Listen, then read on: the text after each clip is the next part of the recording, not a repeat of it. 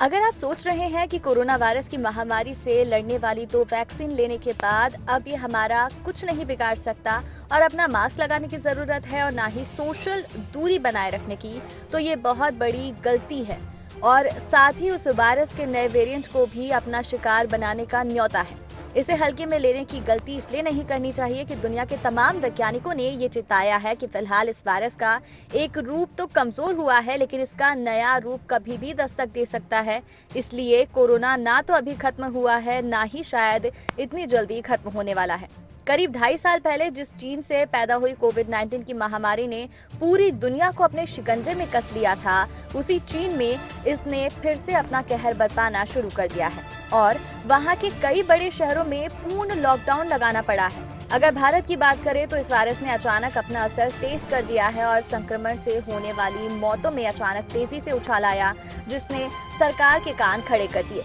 पिछले 24 घंटे में कोरोना से होने वाली मौतों में कितनी बढ़ोतरी हुई, इसका आंकड़ा तो सरकार आज बताएगी, लेकिन केंद्रीय स्वास्थ्य मंत्रालय ने शुक्रवार की सुबह 8 बजे तक के जो आंकड़े जारी किए, उसके मुताबिक देश में 149 और लोगों की संक्रमण के चलते मौत हुई, जिसके बाद इस संक्रमण से मरने वालों की संख्या बढ़कर अब कुल 5,16,281 हो गई। सरकार के लिए भी ये चिंता की बात हो गई है, क्योंकि बीते दिन कोरोना से मौत का आंकड़ा 60 था और उससे पहले संक्रमण से 98 लोगों की मौत हुई। इसका सीधा सा मतलब है कि इस वायरस ने अपना कहर बरपाने में तेजी ला दी है। लेकिन बड़ी बात यह है कि देश के वैज्ञानिक अभी तक इस सवाल का जवाब नहीं तलाश पाए कि भारत में कोरोना का ये संक्रमण आखिर मार्च में ही अपना भयावह रूप क्यों दिखाता है। मार्च 2020 में ही इसकी पहली लहर आई थी, फिर ठीक 1 साल बाद मार्च 2021 में इसकी दूसरी लहर ने बेहिसाब तबाही मचाई और फिर मार्च में ही ये संक्रमण अपना रौद्र रूप धारण करता हुआ दिख रहा है। लिहाजा जहां ये केंद्र और तमाम राज्य सरकारों के लिए चिंता का विषय है, तो वहीं आम लोगों की बढ़ती हुई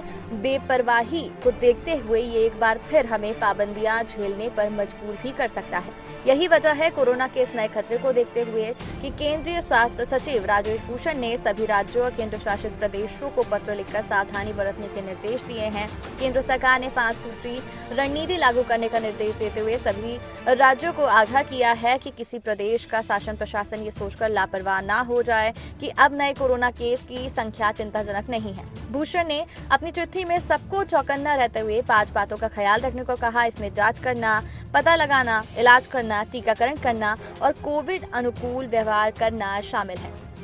कोरोना और वैक्सीनेशन से जुड़ी जानकारी से अपडेट रहने के लिए हमारे चैनल को सब्सक्राइब कर लीजिए।